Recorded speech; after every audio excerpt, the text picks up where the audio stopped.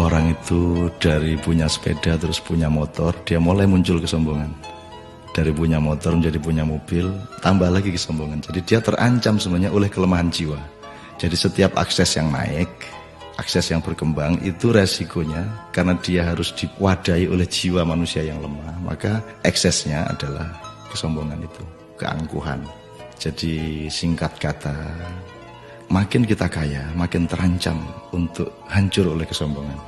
Dan ini bukan hanya soal kaya, makin pinter juga biasanya makin sombong, Mas. Jadi ada yang namanya kesombongan feodal, itu untuk orang-orang kaya. Ada kesombongan kuasa, itu orang tuh makin berkuasa, makin sombong, makin tidak tahu bagaimana berdiri sejajar dengan orang lain. Jadi kekuasaan menciptakan kesombongan, kekayaan menciptakan kesombongan. Dan saya ingin mengatakan poin yang sebenarnya bukan itu.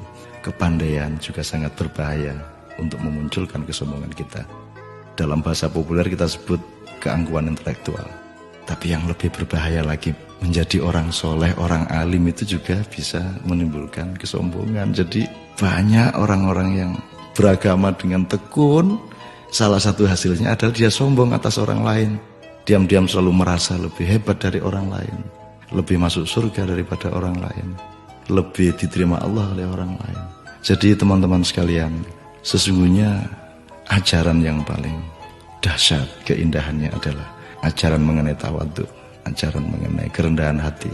Jadi orang sholat, orang beribadah itu adalah latihan untuk mencampakkan diri, bukan untuk mengunggul dan menegakkan diri. Mencampakkan diri di hadapan Allah. Kita bersujud-sujud, tersungkur-sungkur, supaya kita siap untuk berlaku rendah hati kepada siapapun.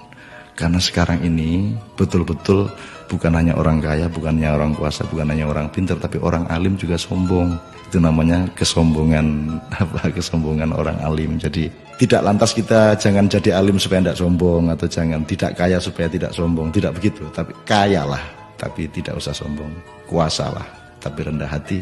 Pandailah, karena itu menjadi justru lebih arif dan menjadi alim serta solehlah, supaya engkau mampu merendahkan dirimu di bawah orang yang paling rendah pun di kampung-kampung yang kumuh tempat engkau lewat dengan kakimu. Terima kasih.